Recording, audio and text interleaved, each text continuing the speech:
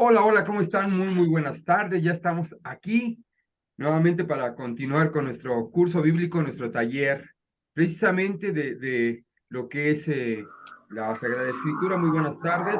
Saludos a todos. Hola Marilia, ¿cómo estás? Muy Hola, bien, adiós, hermanita gracias. Mago. Hola, hermanita Mago. Hola, Carmen, ¿cómo están? Ah, ya las vi juntas a Carmen y a Marlene, ¿cómo están? Hola, Maru, ¿cómo estás? Y hola, Felisa, ¿cómo están? Muy buenas tardes. Vamos a continuar. Y bueno, hay muchas preguntas, muchas cosas. Nos quedamos la vez anterior con relación a muchas dudas con relación a las tradiciones. Y básicamente estoy pensando precisamente ir arrancando con algunas de esas cuestiones y el último momento dejarlo para igual un pequeño debate, preguntas acerca de las dudas más universales. ¿De acuerdo? Muy bien, pues entonces vamos a continuar con este trabajo. Voy a compartir en este momento la pantalla. Me dicen si se ve claramente. Ahí ya se ve. ¿Sí? Muy bien. Pues entonces estamos en nuestro curso Sí, bíblico, no olvidando que estamos en este bloque de la parte de la tradición. Voy a pasar un momento esto a la parte superior y posteriormente lo regresamos. Entonces, estamos en la parte de la tradición, lo que es la tradición oral, lo que es la tradición escrita, la enseñanza de la iglesia, las enseñanzas familiares que son muy importantes también.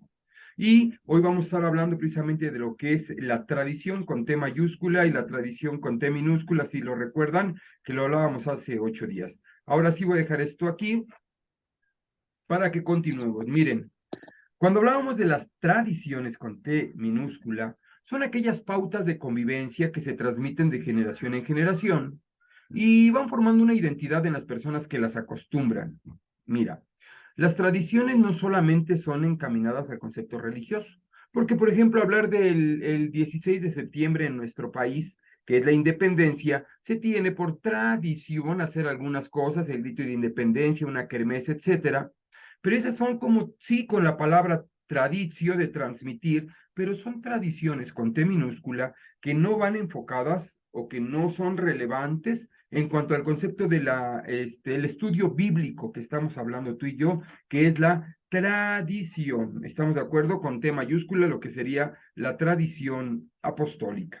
¿Sí vamos bien? Nosotros vamos a profundizar en ello y vamos a ir poniendo sobre la marcha ejemplitos que tenemos sobre la tradición. Hay muchas de las tradiciones que tenemos y más nuestro pueblo, la cultura mexicana, tiene muchas muy bonitas aspectos culturales que transmiten los papás a los hijos y que de alguna manera nos dan la identidad, la charrería, una serie de cosas y que nos van dando cierta identidad como cultura, pero no necesariamente confundir o no debemos de confundir esas tradiciones con T minúscula con nuestro estudio bíblico de la tradición apostólica. ¿Vamos bien?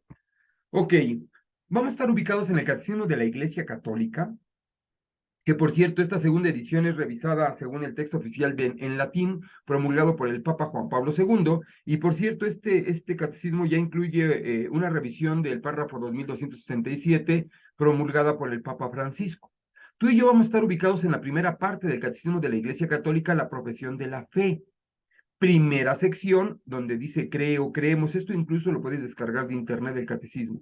El capítulo segundo, donde habla Dios al encuentro del hombre, y concretamente en el artículo 2, la transmisión de la revelación divina. Tres conceptos vamos a estar hablando, tres grandes apartados: la tradición apostólica, que es el tema, la relación entre la tradición y la escritura, o la Sagrada Escritura, y la interpretación del depósito de la fe, los numerales del 75 al 90. Si gustas apuntar los numerales, ¿para qué? Para que al ratito que abras tu catecismo o que lo descargues vía internet o solamente que entres y lo leas en línea, es donde vamos a estar ubicados. ¿Ya está anotado? Numerales del 75 al 90. De hecho, con los puros numerales también del segundo capítulo te vas a poder enterar. ¿Sale? Todos los numerales van en secuencia. Entonces vamos a ver del 75 al 90. Miren, es claro que dijimos que Jesús da directamente la encomienda de transmitir, con T mayúscula, de transmitir sus enseñanzas, su doctrina, lo que él quería que quedara plasmado como verdades de fe a los apóstoles. Les da esta encomienda a los apóstoles, ya lo dijimos por ahí de Mateo de 28:20, vayan y transmitan lo que yo les he explicado, lo que yo les he mandado. Naturalmente, primero fue de manera oral, por obvias razones, porque no existía ningún texto del Nuevo Testamento, aún no existía ningún texto. Y una vez que ya empiezan a existir los textos del Nuevo Testamento, se amplía esta forma de transmitir las enseñanzas de Cristo, la doctrina de Cristo que le pidió que lo hicieran los apóstoles, se amplía de forma escrita.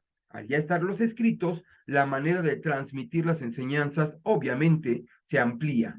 ¿Vamos bien?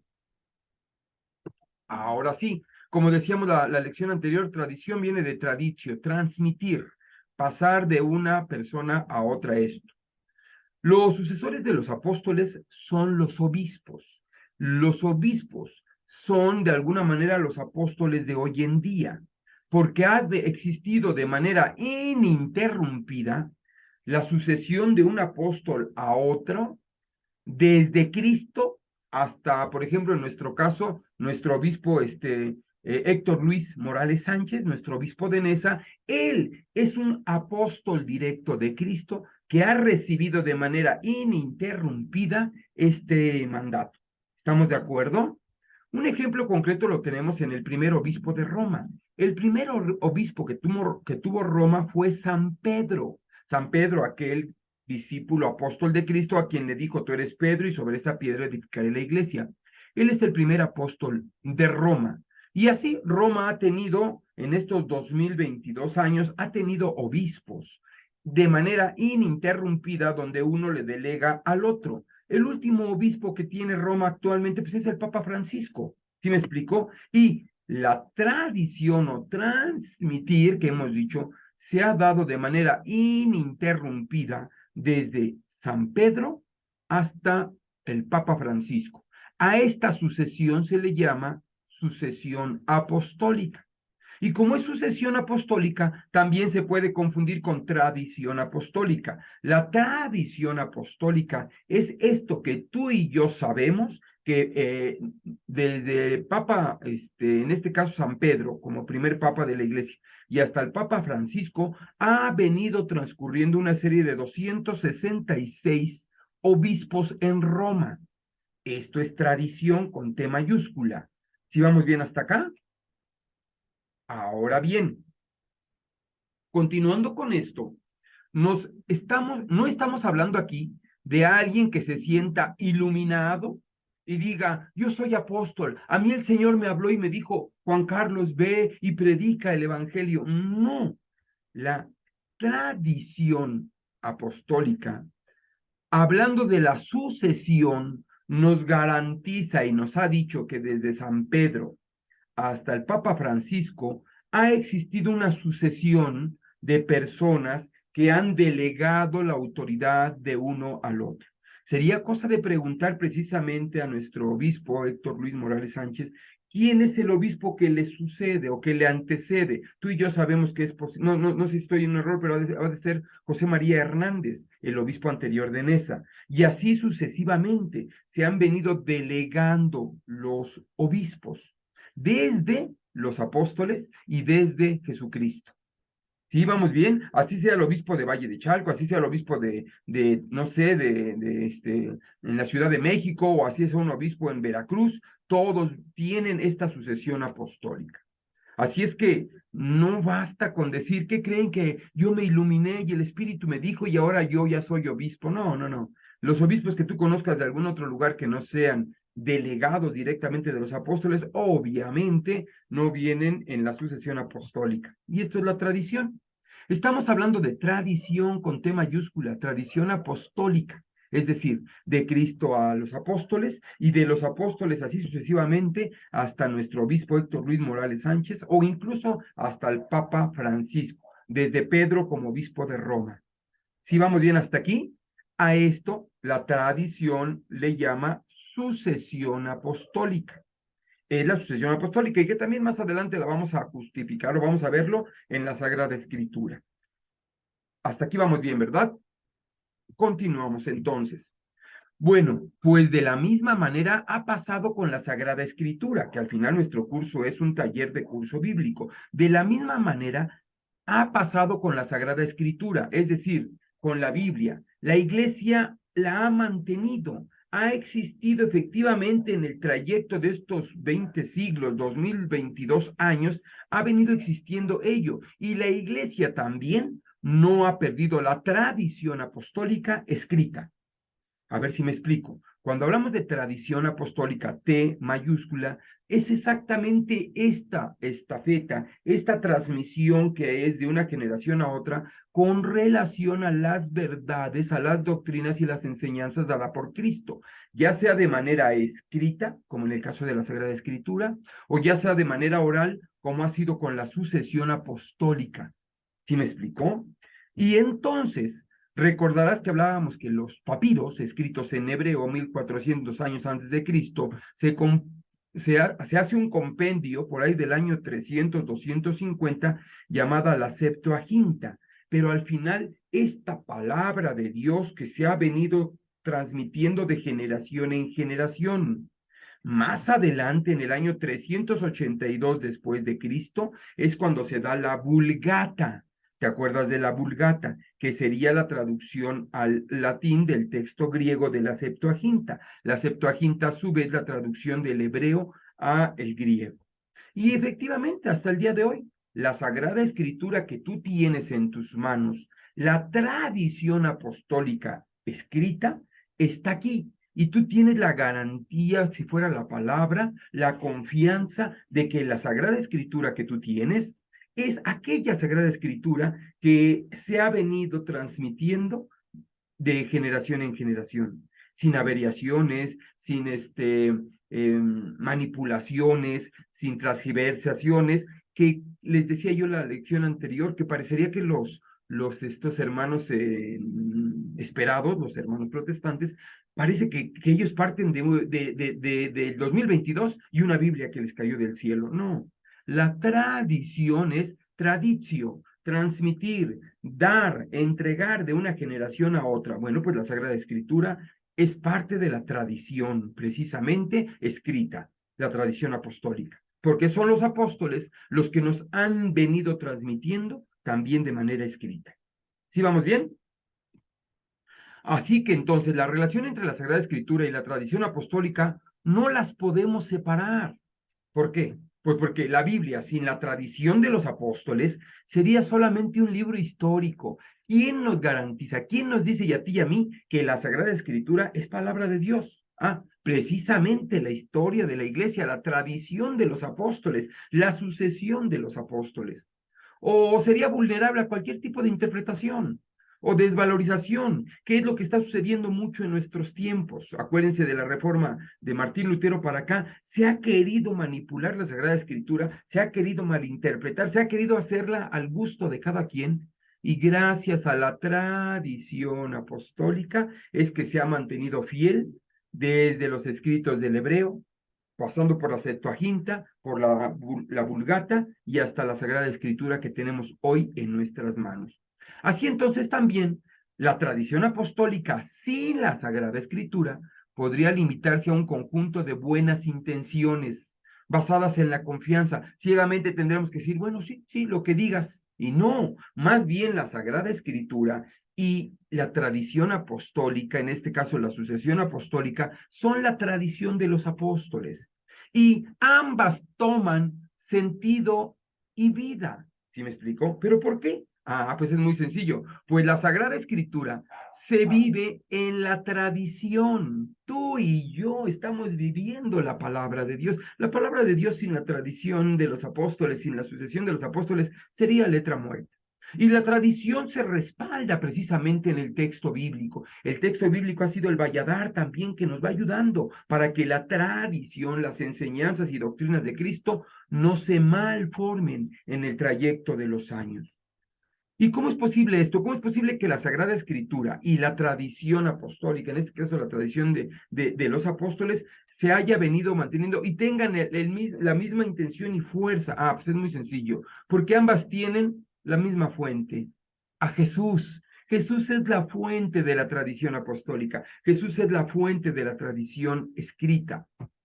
Ambas tienden hacia la misma dirección, suscitar la fe y la experiencia viva de Dios. ¿Sí me explico? Ambas entonces tienen esta claridad de ir suscitando en el cristiano esta experiencia viva de Dios y fortalecer la fe. Así entonces, por tanto, decir tradición apostólica, sea oral o escrita, es la integridad del cumplimiento del mandato de Cristo, cual vayan por todo el mundo, le dijo a los apóstoles, y anuncien el Evangelio. Cuando hablamos de la tradición apostólica, nos referimos a esta transmisión oral o escrita que los apóstoles, los sucesores de los apóstoles, los obispos, nos han venido dando a través de estos 2022 años.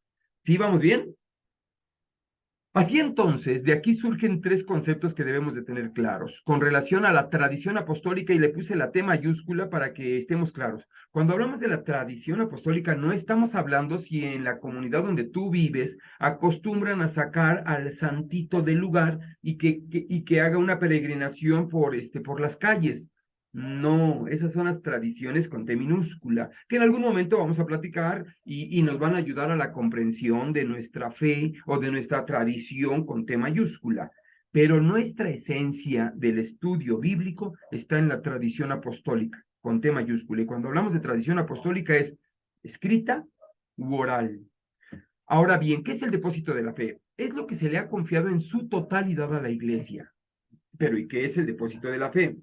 Es la vivencia de la fe, el recibirla y el transmitirla. Fíjate, es vivir nuestra fe, lo que tú y yo recibimos y lo que tú y yo estamos transmitiendo. ¿Y por qué digo lo que tú y yo? Porque se nos ha encomendado a todos los fieles cristianos, obviamente unidos a los apóstoles, a los obispos. A ti y a mí se nos ha encomendado transmitir nuestra fe, transmitir la que tú recibiste y entregársela a la siguiente generación, pero unido a los apóstoles, porque son los apóstoles a quien Cristo les dijo, vayan y prediquen a todo el mundo. Y estos fieles cristianos que perseveramos en la doctrina que Cristo mandó, en comunión con el magisterio de la Iglesia Universal, es decir, católica, y que la vivimos, la profesamos y la transmitimos conforme al mandato de Cristo. O sea, ¿qué es el depósito de la fe? Lo que tú y yo hemos recibido, lo hemos transmitido, pero unidos a la iglesia que Cristo fundó, unidos a los apóstoles a los que Cristo delegó, unidos al magisterio. ¿Sí me explicó? Entonces, de aquí la importancia de transmitir correctamente nuestra fe y no desvirtuarla. Las tradiciones con T minúsculas son bien, como decíamos hace 8 días, son aquellas cosas sacramentales y una serie de cosas más que nos pueden ayudar fortaleciendo la transmisión con T mayúscula. Pero si la tradición con T minúscula desvirtúa totalmente, no lo ocupes, mejor deséchalo, no lo transmitas, porque posiblemente estás tú colaborando a deformar la doctrina que Cristo mandó transmitir en los apóstoles.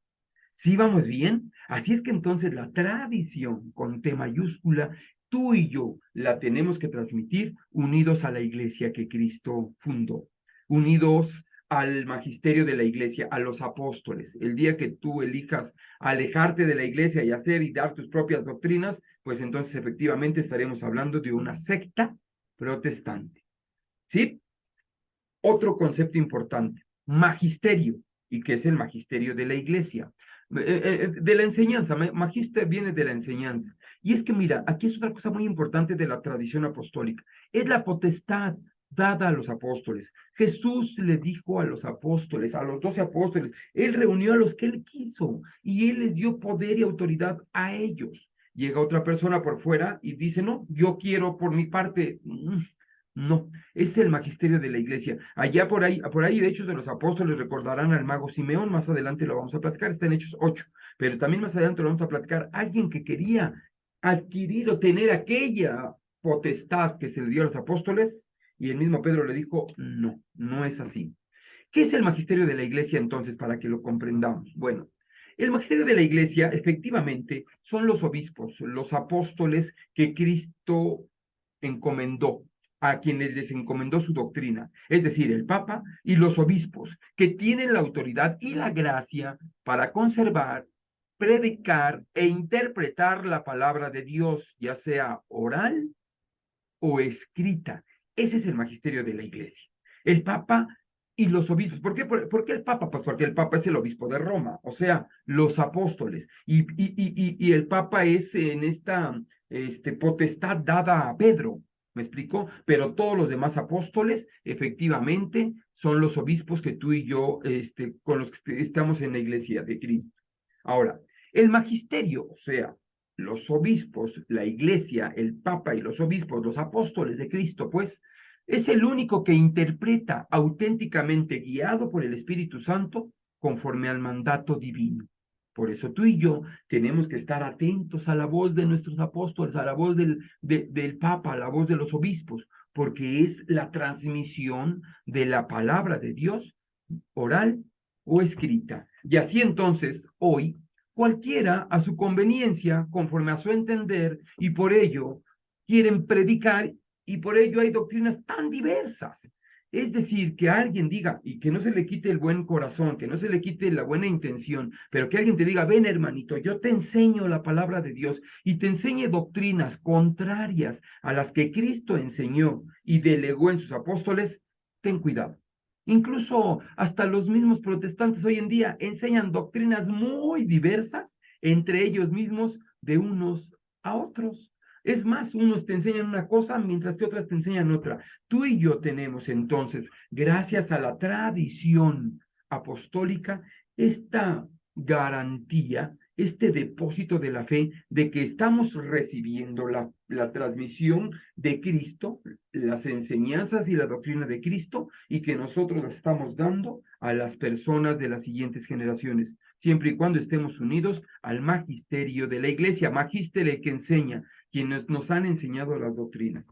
Entonces, nosotros vivimos y profundizamos en las verdades transmitidas por la Santa Madre Iglesia, es decir, el magisterio. Tú y yo profundizamos en estas doctrinas que son transmitidas por la iglesia. Y estas doctrinas no creas que se dan con un obispo aislado. Si un obispo el día de mañana dice, yo creo esto y a partir de lo que yo digo, así va a ser, no, no. ¿Por qué? Porque efectivamente la tradición apostólica es esta sucesión que se ha dado en el magisterio, en los apóstoles. Lo vamos a estudiar ya cuando entremos de lleno a lo que va a ser lo interno en la Sagrada Escritura, que cuando se tendría que aclarar una verdad de fe, se hacían concilios, el primer concilio es de Jerusalén, ¿te acuerdas? Cuando dijimos en el tema anterior, en el bloque anterior del canon, cuando la iglesia se da cuenta de los 73 libros, la iglesia, es decir, los obispos, el papa de ese momento, declaran a través del Espíritu Santo el canon bíblico.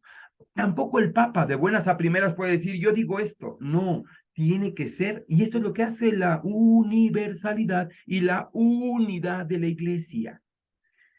Es la unión de toda la iglesia en comunión quienes interpretan la palabra en la tradición apostólica, en la liturgia o en la Sagrada Escritura. Por eso entonces los hermanos separados, lo primero que tienes que hacer para poder ser hermano separado es desmeritar la iglesia, desmeritar a los apóstoles y desmeritar al Papa. ¿Me explico? Porque de lo contrario entonces estarías en contra de las doctrinas dadas por Cristo a los apóstoles. Y un último concepto que vamos a dialogar y a profundizar es el concepto del dogma de fe. El dogma de fe también es tradición apostólica. El magisterio de la iglesia es tradición apostólica. ¿Sí me explicó? La sucesión apostólica es tradición apostólica y la Sagrada Escritura es tradición apostólica. ¿Y qué es un dogma de fe? Luces que iluminan de forma segura nuestro camino en la fe. Vamos a platicar. ¿Qué es un dogma de fe? Mira, las verdades interpretadas por el magisterio, o sea, por los apóstoles, y que nos dan la seguridad de la fe que profesamos.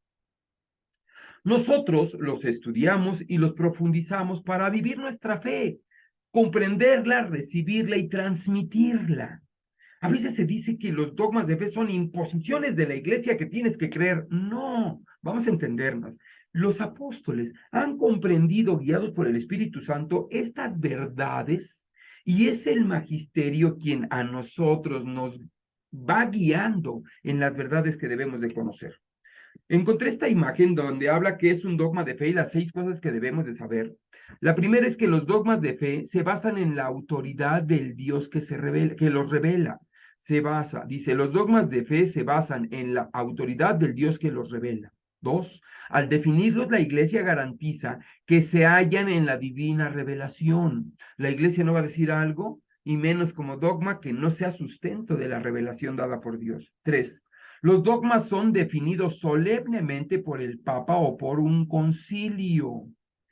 4, una vez proclamados, un dogma solemne no puede ser derogado, porque es el Espíritu Santo a través de la Iglesia, vayan por todo el mundo y enseñen lo que yo les he enseñado. Es el Espíritu Santo quien da el dogma para nosotros. Ser católico implica aceptar y creer en ellos. Si tú dices, yo no creo en este dogma, pues entonces posiblemente no eres católico. ¿Por qué? Porque ser católico implica comprender los dogmas y entenderlos y asumirlos. Y 16, la Iglesia no los impone, es lo que les decía. Más bien son luces de la verdad que iluminan nuestra fe. Vamos a poner un ejemplo y para ir cerrando. Miren, recordarán que nosotros como cristianos, en la religión cristiana, en la iglesia que Cristo fundó, sabemos que Jesús es verdadero Dios y verdadero hombre. ¿Estamos de acuerdo? Ese es un dogma. Ahorita les platico, ese es un dogma. Sabemos que Jesucristo es verdadero Dios y verdadero hombre. Pero te platico que en el siglo primero, es decir, todavía había uno que otro apóstol vivo, San Juan, y hasta el siglo tercero, por cierto, se empiezan a dar algunas herejías. ¿Qué es una herejía? Una incorrecta doctrina o querer implicar una enseñanza de algo que Cristo no dijo o que Cristo no mandó a predicar, mandó a enseñar. Y existe el docetismo, eso váyanlo buscando si quieren en internet, se lo dejo de tarea. El evonismo, el arrianismo, que eran corrientes del siglo primero, del siglo II y del siglo III, que incluso algunos de ellos obispos, obispos de la iglesia, que de alguna manera o sea, con lo que le pasó a Martín Lutero, se desligan y dicen, no, lo que yo quiero es por mi cuenta. Y estas herejías decían que Jesucristo no era Dios, sino que era un superhombre, un cuate que vino aquí un poquito como Dios, pero no, que era un hombre. ¿Sí me explico?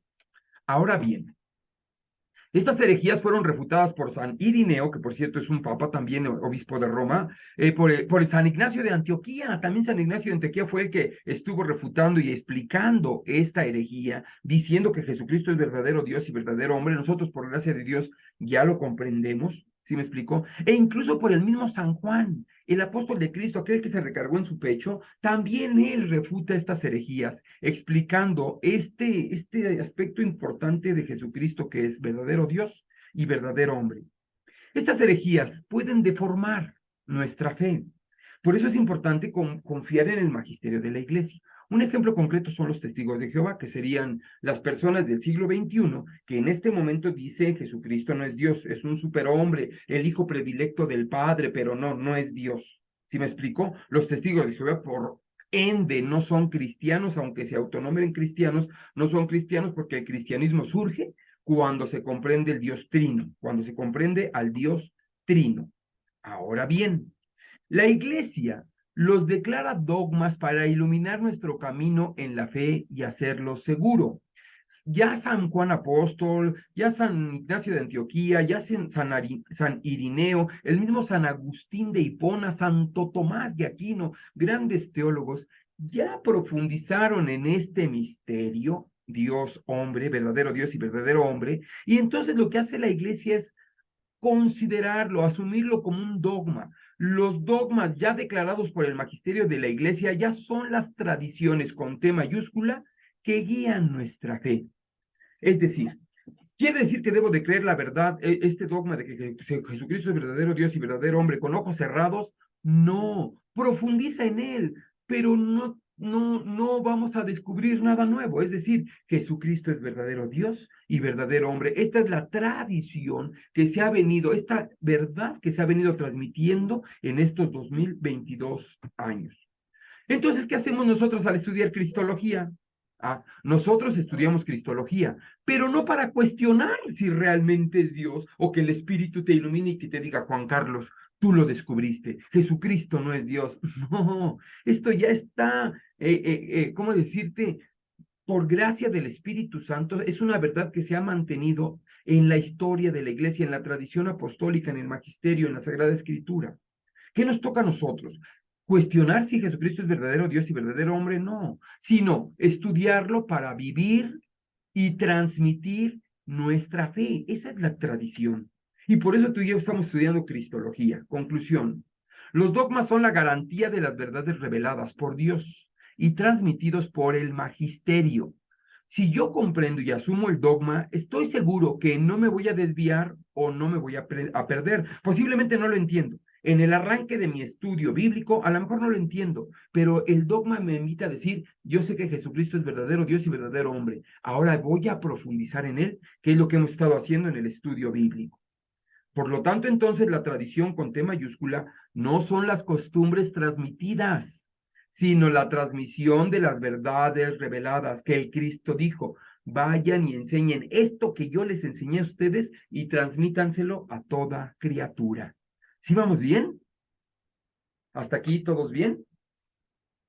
Muy bien, pues tarea para que nos queden unos minutitos, casi 7 minutos para que dialoguemos como hace 8 días. Mira, la tarea va a ser, investiga algún dogma. No lo sé, tú investiga cuáles son los dogmas de la tradición apostólica o de la Santa Madre Iglesia. Estúdialo, profundízalo para comprender la vivencia de la fe y ahora sí, transmítelo. Hay muchos dogmas y sabes cuáles son dolor de cabeza para muchas personas, en especial para los hermanos separados, los dogmas marianos.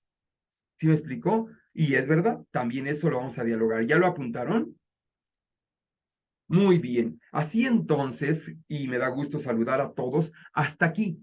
¿Alguna de las preguntas? Tenemos cerca de 6 minutos porque hace 8 días los tuve que cortar, ¿se acuerdan? Ahorita a propósito, estamos con un pequeño espacio para alguna de las dudas. ¿Se entiende entonces qué es la tradición apostólica y qué son las tradiciones o costumbres que tenemos en nuestro pueblo?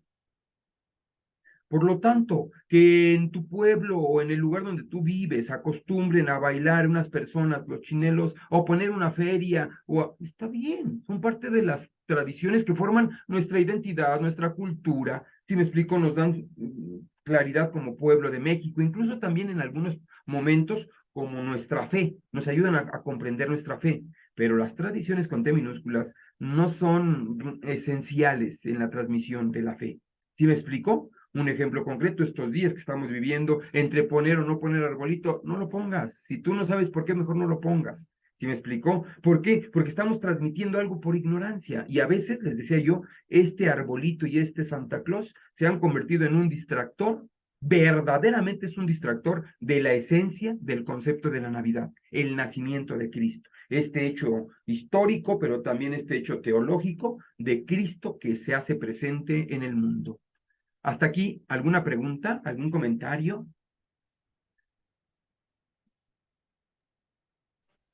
No, nada más recordarte que nos habías dejado algo de tarea. Por favor, si nos quieres comentar. Nos dijiste que investigáramos qué se celebraba en la Navidad. Es verdad, ¿se acuerdan? A ver, díganme, por favor, Maru. Y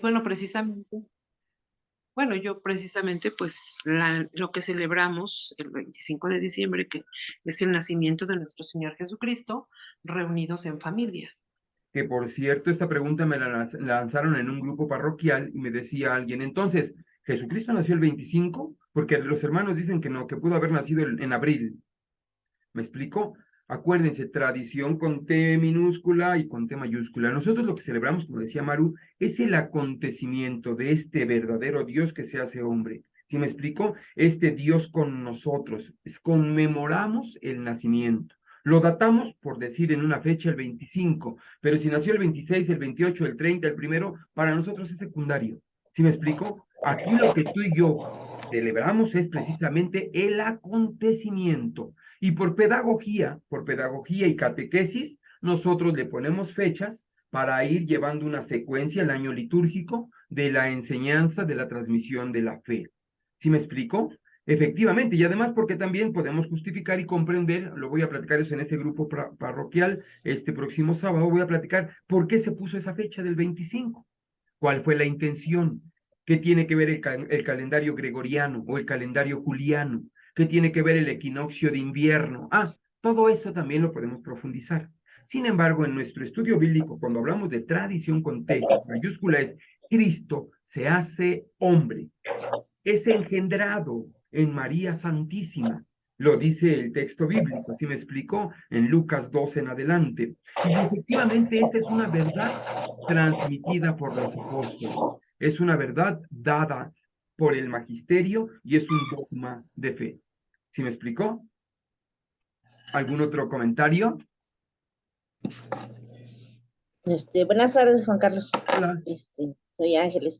Mira, lo que pasa es que, por ejemplo, en mi casa, mi mamá a lo mejor no era una persona ignorante, ¿no? Pero ella nos ponía el árbol y nos ponía primero el nacimiento y nos explicaba que el árbol era el verde de la esperanza, que las esferas tenían un significado. O sea, ella siempre nos daba un significado de cada cosa, inclusive Muy bien. de los animales del nacimiento, que por qué estaban, qué representaban.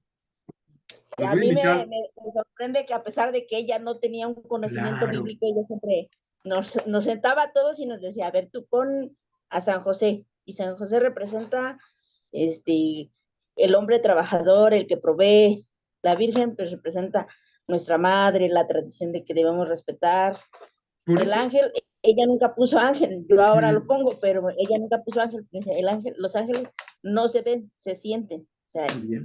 eso también es parte de una tradición con T mayúscula o con T No, minúscula. es una tradición con T minúscula. A Pues, nosotros lo que nos interesa es que la T mayúscula está cuando tu mami te transmitió a ti que Cristo es verdadero Dios y verdadero hombre y nació y estuvo presente y entregó su vida por ti y por mí. ¿Sí me explicó? Esa es la tradición con T minúscula. Poner el arbolito, poner el nacimiento, está bien porque eso fortalece nuestra fe. ¿Sí me explicó? Le da pautas a nuestra fe. Pero si no lo pones, debes de trascender a decir, yo debo de preparar mi espíritu, mi alma, mi corazón, que mi corazón sea un pesebre para que nazca este Cristo verdaderamente y transforme mi vida.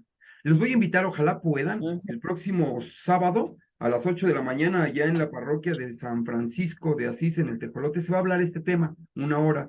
Y yo creo que sí nos dan permiso porque es con el consejo parroquial de esta parroquia. Entonces, si pudieran, el tema concreto es exactamente eso. ¿Por qué un nacimiento? ¿Por qué el arbolito? ¿Por qué la posada? Y lo vamos a dar y explicar. ¿Va? Ojalá que puedan. Y si no, podemos darlo la siguiente semana nosotros, exclusivamente esta tradición con T minúscula y tratar de darle un fundamento bíblico. ¿Va que va? Pues muchísimas gracias, nos queda menos de un minuto. Yo les agradezco que sigan conectándose y que sigan avanzando. La intención es aprende, fundamenta y transmítelo, para que ahora tú seas también un transmisor del depósito de la fe, de acuerdo y en unión con la iglesia y con los apóstoles, a los que Cristo les dio este mandato. Que Dios los bendiga, muchas gracias, sigamos estudiando y si Dios nos permite, nos vemos dentro de 8 días a las 6 de la tarde. ¿Les parece? sí. Hasta Muchas luego. gracias. Cuídense Hasta luego. mucho. Hasta luego. Gracias. Dios los Hasta bendice. luego. Luego a todos. Adiós, Maro. Buenas noches.